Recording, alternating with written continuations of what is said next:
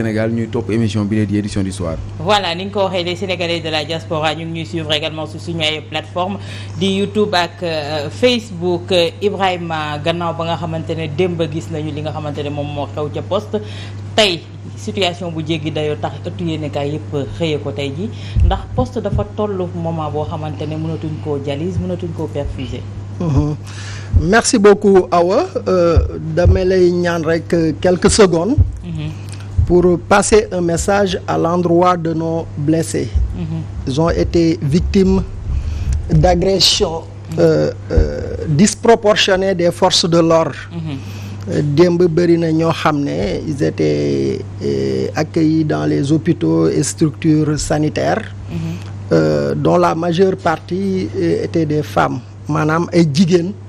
ñoom ñoo ëpp ci ñi nga xam ne ñu ngi blessé ñoom dañ leen a blessé. Donc ñoom ñu ngi toll ci ñaata. ñu ngi toll ci juróom-ñaar. yoo xam ne am nañu ay gaañu métti sans pour autant compter ñi nga xam ni dañu xëm foofu. asthmatique yi parce que dañu leen a viser à bout portant. ay lacrymogènes yuy dem ba dugg xam nga dans notre direction générale c'était vraiment agressif. Et je pense mais lan moo indi tey takk der yooyu. mugg leen jox ay lacrymogène ci sitting boo leen organisé wu. ñun li ñu jàpp moom mooy de kii. doo xam fan la jógee mais li ñu jàpp moom mooy que ni ñi ñu waroon réprimer c'était autre que les travailleurs nga xam ne wax dëgg yàlla nërmeel nañ seen boîte. ba tey li taxoon ñu nekk ay liggéeykat tey dafa sooxe parce que liggéeykat bu nekk bëgg na fa toogee fa ngay liggéey. mën a def li tax nga toog fa tey jii poste bi nekk na ci situation boo xam ne liggéeykat yi amatuñu possibilité rendre service yi nga xam ne ñooy suñu client ak suñu usager. Loolu nag dafa jur une première agression moom mooy que liggéeykat yi surtout ñu nekk ci front office bi tey jii nii ils sont victimes d'agression de la part des clients maanaam clients yi dañ leen di agresser. di nga ci gis ñu ñuy saaga ñu ñuy traité de tous les noms d'oiseaux tey jii nii agression bi dafa dem ba nekk une agression physique c'est compréhensible nag à notre niveau parce que nous sommes des agents très bien formés xam nañu naka la ñuy accueillir client ak client bu nekk bu amee humeur lan moom moo andi humeur bi parce que boo toogee domicilier sa salaire au niveau de la poste weer dee ñëw poste pour retirer ko mënuloo fa fekk xaalis ou bien nga denc sa xaalis au niveau de la caisse d'épargne am sa soxla ñëw bëgg ko faj mënuloo fa retirer xaalis ou bien yeneen soxla yi nga xam ne poste bi daf ko war a jébbal askan wi mu nekk lu bëri lu large tey jii ni nag dafa soxe parce que poste bi dafa nekk ci ay situation yu difficile c'était gradué et depuis très longtemps syndicats yi yàgg nañu di alerter ne fii nga xam ne foofu la ñu jëm ci ni ñu yoree kër gi ak orientation bi ñu ko jox ak usage bi ñu ciy def bu ñu moytuwul fii la ñu jëmee wax nañu ko opinion bi wax nañu ko autorités yi nga xam ne tey jii nii ñoom ñoo am prérogative di nommer ay directeurs généraux fëgg nañu seen buntu pour waxtaanee ak ñoom ci jafe-jafe yi li ko waral ak fam ñu mën a yóbbu comme conséquence économique et sociale mais aussi wax leen fan la ñu mën a jaar pour fànq mbir yi mais dafa nuroog dañu tànqamlu ba tey jii yegg si nañu foofu. fi ngeen yegg si fan la. fi ñu yegg si moom mooy pratiquement dañu nekk ci situation boo xam ne maanaam exploitation bi c'est quasiment à l'arrêt maanaam pratiquement li ñu war a def dëgg-dëgg mënuñu ko ba tey ji pratiquement boo ñëwee ci poste yi ci service yu bëri mënuñ ko rendre surtout yi nga xam ne comme xaalis moom moo ko lal transfert yi tey jii nii boo xoolee ci suñu budget dina doon contribuer à 5 milliards transfert yi pratiquement tous nos partenaires bàyyi nañ ñu parce que pratiquement la nga xam ne moom la ñu warloo ak ñoom defuñu ko ñu suspendre xam nga les conventions tey jii boo xoolee li nga xam ne moom mooy caisse nationale épargnant yi parfois ñun ñii nga xam ne ay liggéeykat lañu dañuy am sax problème di jàkkaarloo ak cette clientèle là parfois dañuy ñëw bëgg a jël seen xaalis am ay soxla yu doy waar duñu ko mën a jot. mais la ñuy dund mais ñun liggéeykat yi loolu la ñuy dund parce que depuis un certain temps ñun ñii ci suñu bopp balaa ñoo jot suñu salaire ay problème yu mag la. ñi nga xam ne bëgg na ñëw parce que seen salaire mois bi jotagoo leen ko lañ. ba léegi nii on n'a pas viré les salaires. en plus de ça yan jafe-jafe ci wàllum finance moom la poste di jànkuwante parce que gisoon nañ leen daaw bi ngeen doon ñaxtu ba sax seen naataango toogoon na fii. directeur ba di Abdoulaye Bibi Baldé mu génnoon yëkkati ay kàddu ñenn ñu bari jàppoon ne solution dina am ñu xëyaat ren ñu gisaat ngeen génnaat di amal ay ñaxtu démb gis nañ ko ca Diourbel waa Kédougou itam defe ko noonu yéen ngeen def noonu fii ci Ndakaaru exactement yan mooy les principaux problèmes yi nga xam ne da ngeen ko souligner ne lii mooy jafe-jafe yi nga xam ne moo gàllankoor poste au Sénégal. jafe-jafe yi daal li nga xam ne moo ko wundu moom mooy ay difficultés financières am ay tension de trésorerie te ku nekk xam na ne poste xaalis lay liggéeyee ci banqaasam bi gën a yaatu. tey jii nag loolu bu amee dafay am ay répercussions au niveau même social. tey jii boo xoolee au-delà même xam nga de nos retards de salaire am na ay acquis yu bari yoo xam ne perte nañ ko mais li gën a doy waar tey jii liggéeykat yi la nga xam ne dañu ko jox autorisation direction générale maanaam lépp ci structure financière joxe autorisation de précompte. direction générale day précompter les salaires du ko reverser ba ki nga xam ne moo nekkoon suñu principal partenaire ñun ñi nga xam ne ñun ñooy les postiers nekk ay sociétaires muy MECAP dafa suspendre les postiers pour la bonne et simple raison que depuis novembre 2021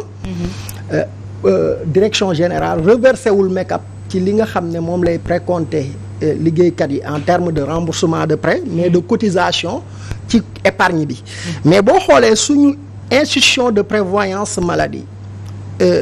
entreprise bu nekk bu liggéeykat yi cotiser yow da nga war a cotiser de l'autre côté mais aussi prestation yi nga xam ne moom la partenaires yi IPM bi di def muy ay structure médicale ak affaires yooyu dafay am ay remboursement de frais loolu direction générale daf koy précompter tous les mois mais depuis fin janvier 2022 la gëj a reversé IPM boobu noonu. mais qu'est-ce qui a fait que la Poste en est arrivée là. C'est quoi le problème? Mais le problème, on l'a dit toujours, c'est des problèmes de gestion. C'est des problèmes de gestion. Le principal problème de la Poste demeure xam nga la malgouvernance boo ko décliner nag sous tous ces aspects dafay andi ay causes yoo xam ne moom moo ñu yóbbu ba fi nga xam ne foofu la ñu toll. moo tax à chaque fois bu syndicat yi jógoon la ñuy wax au lieu ñuy revendiquer ay amélioration salariale dañuy artu pour bañ a yegg si fii. parce que syndicat yëngu-yëngoom la koy déterminer moom mooy environnement du travail su fekkee ne l'environnement du travail est assaini mais naturellement dafay am performance di jur xam nga ay ressources bu ko defee syndicats yi dañuy teg seen gët ci lu yokk liggéeykat yi. mais si l'environnement de travail xam nga est pollué si l'environnement du travail xam nga est malsain ni ñu gérer xam nga baaxul mais ay réflexes de survie lay jur et que syndicats yi dañuy taxaw di alerter ce qu'on a fait depuis très longtemps. D'accord. Et aujourd'hui moom moo jur li nga xam ne tey jii moom la ñuy dund et mënoon na ñàkk. bu fekkoon ne ku ci nekk la nga waroon a def nga ko malheureusement ça n'a pas été le cas. D'accord tey Pape société nationale bu mel ni Poste quand même. tey mun nañu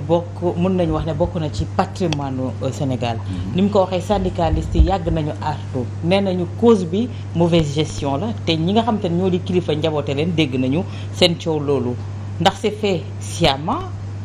lan lañ ci jublu ndax dañu continuer mu nekk benn vache laitière ci ñi nga xam te ne ñoo di woy politique yi. Merci Awa xam nga question bi pourquoi moom importance déjà dañuy ñëw un peu ci année bi ñu créé la Poste. ñaari entité la woon ñoo ko composé woon mooy Poste et télécommunication mais tey gis nañ ni que tey volet bi nga xam ne mooy Poste mooy télécommunication daanaka ñoom amuñu benn problème ñu ngi rouler waaw d'ailleurs c'est l'une des sociétés ba nga xam ne fii au Sénégal qui est cotée au niveau de la bourse régionale des valeurs. Poste depuis 1995 biñ ko créé nañu commencé gis ay problèmes. problème yooyu je crois que c'est la conséquence c'est-à-dire noppi problème yooyu moo jur tey conséquences yi gisoon nañ fi yaakaaroon nañ sax 2003 ci parmi les premiers procès yi nga xam ne la Wade waroon tenir sur l'audit des sociétés publiques gérées par le pouvoir socialiste poste bi sax bokkoon na ci dégg nga mais man sama xalaat mooy que monsieur Sarr li mu wax lu am solo la mais tey est-ce que justement cette situation là yéen syndicalistes yi le fait que ngeen bañ a booloo dafa mel ni c'est mon point de vue si su ma juumee nga ne ma juum nga dafa mel ni que à chaque fois qu'il y a un nouveau DG dafay am ay syndicats yi nga xam ne ñoom li ñuy œuvrer mooy pour ce nouveau DG c'est-à-dire xooluñu l'intérêt li nga xam ne mooy intérêt wu travailleurs yi xooluñu intérêt wu société bi te loolu moo tax les différents DG yi nga xam ne jaar nañ fa je crois que y en a un je retiens pas le nom qui avait réussi à faire d'excellents résultats kooku postes yi sax ñoo ko doon wax waaw c'était un produit de la boîte tur bi laa jàppatul mais séeréer la daal waaw qui avait commencé à faire d'excellents résultats à partir de ce moment là bañ ne poste mu ngi redressé wu ñu ñëw fexe xeex waajooju jóge fa est-ce que vous ne pensez pas que ce sont ces querelles internes là ñu jur tey ji monsieur bi nga xam ne si la poste nekk mooy benn ñaar ñu ñëw indi li ñuy wax le clientélisme politique mooy maanaam di fal ay politiciens yooyu ku ci ñëw xam na nañ ni que yéen ñii fay liggéeyee xam ngeen ni que effectivement poste lii la antan wala lii la antanul mais ñi seetlu également ni que à chaque fois bu ñu fa nommé un DG bu ñëwee dana recruter 100 200 500 ba 1000 personnes indi ñëw teg loolu yëpp les travailleurs ont vécu ont souffert avec néew ma da ngeen ci àndoon mais dama ne ca jamono jooju est-ce que su ngoon apporté woon la réponse nécessaire déjà avec le cas de l'ancien DG Siré Dia bi nga xam ne yéen nee ngeen tey ji les principaux problèmes de la poste ci moom la soxee ko waaw recrutement abusif recrutement partisan et tout ça mais daanaka gis nañ ni que Siré Dia boobu jógee na fa sans trop de dégâts mooy la mooy que gisuñu syndicats yi jóg ne dañ koy topp c'est-à-dire xeex ci wàllu yoon pour que dégâts yi mu fa def au moins ñu mun ko delloo ci la poste kii nga xam ne moo fa nekk tey jii d'ailleurs ñu naan sax dafay démissionner Ablaye Bibi Baldé daanaka c'était la même situation gestion clanique moo fa amoon waaw ci loolu postiers yi seen bopp syndicalistes yi ci bëri ñoo ko doon wax ci ay mbokkam la doon jël ay partisans am la doon jël ay militants am la doon jël loolu tey jii bu ñu jëlee accumuler loolu yëpp avec le recul est-ce que yéen tey jii vous ne pensez pas que yéen les syndicats moment bi nga xam ne waroon ngeen dóor bu baax a baax moment boobu dóoru leen ko. bàyyi ko mu tontu ci donc foofu moom dina yomb tontu syndicat bi may jiite syndicat national des travailleurs des postes et télécommunications est majoritaire historiquement à la poste loolu dafa am lu ko wundu taxawaay moo ko waral 2019 élection yi bi ñu ci génnee rek on est représentatif à 72,04%. loolu taxawaay moom moo ko waral li ngay wax ni du ñàkk ci ay entreprises partout dans le monde il y a des syndicats jaunes mënuloo ci dara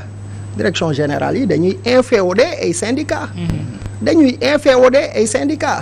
mais syndicat li tax mu jóg c'est pour défendre les intérêts matériels et moraux des travailleurs c'est pas pour être auprès des directions générales ñun suñu syndicat dañu dépasser ay phénomènes sociaux ñun dañu jéem a xam lan la gestion di wundu ñi nga xam ne ñoo ñuy jiite li ñu xam dañu koy jéem a xam pour que à chaque fois bu entreprise bi tolloo xam nga ci ay situation ñu xam yan position la ñuy jël donc bu fekkee yaa ngi suivre SNTPT da ngay xam ni syndicat d'alerte la syndicat de veille la mais syndicat de proposition la et je pense que loolu moom moo ñu valoir la confiance renouvelée des travailleurs partout au Sénégal ci ñi ñu xam waxuma nag ñu diaboliser parfois même on nous taxe xam nga de syndicat va-t-en-guerre non c'est parce que on s'occupe de la gouvernance de l'entreprise parce que balaa nga naan naam nga ne fa donc loolu dañu ciy veiller bu baax a baax suñu ligne syndicale sax ci loolu la ñu ko tracé muy benn triptyque dañuy veiller à ce que entreprise bi di joxe ay services de qualité à la clientèle et à l'usager dañu jàpp ni loolu moom mooy créer de la valeur ajoutée pour l'entreprise dès lors bu amee nag de la plus-value ñu mën a taxaw pour laajal liggéeykat yi action bu ñuy def ci loolu moom moo koy lal. Par contre bu fekkee ne nag am na ñeneen ñoo xam ne ñu ngi defee naka su dul noonu ñun on a tout fait on a tout tenté situation bi mu demee ba est-ce que àgg na si ngeen saisir le chef de l'État directement au lieu de vous adresser uniquement à la direction. Mais le chef de l'État plusieurs fois on s'est adressé à lui plusieurs fois on a eu à rencontrer notre ministre de tutelle plusieurs fois nous avons fait des déclarations mais tant xam lu bi moom moo doy waar. Président mënuloo ko jot tant que ubbilu la ay buntam et je pense que li nga xam ne moom moo nekk poste depuis moom mu ñëw ba léegi umpu ko parce que président de la République situation bi xew poste nekk une entreprise une société nationale capital bi 100% état bi xam nga yor ko mu am situation bu mu toll ba moom sur son instruction le premier ministre d'alors mu instruire ko mu teg un sous-comité interministériel de restructuration te loolu li nga xam ne moo ko wundoon dañu diagnostiqué woon ne entreprise bi dafa nekk dans des difficultés et il fallait xam nga restructurer 2014 ba 2022 ça fait 8 ans aujourd'hui ku nekk xam na ni restructuration durée processus bi facteur d'échec la 8 ans de processus de restructuration problème la. donc Pape Sané am na lu mu junj foofu bëgg nañ taxaw fa ci côté syndicat yi. parce que gis nañ démb syndicat boo xam ne seen njiit dafa génn ne moom déjà dafa demoon rek pour wàllum jàmm ak yooyu noonu ñu far sax blessé ko ci ba mu mujjee dem hôpital muy syndicat libre des travailleurs du groupe La Poste. ñu gis la ci benn interview moom muy wax ak la presse su ma jumul je pense que yow la en tout cas ci li ma jot a gis wala xawma kan la si yéen mais dafa ñëw dagg interview bi di yëkkati ay kàddu di ko teg ci kawam est-ce que loolu aussi du encourager même les directions bu fekkente ne ñoom dañuy ñëw ànd ak yenn syndicats yi yeneen syndicats yi des taxaw di xeex pour les travailleurs. syndicat bi nga wax noonu existé wul à la Poste. Chacun nag peut s'arroger xam nga le droit xam nga de porter le manteau de secrétaire général.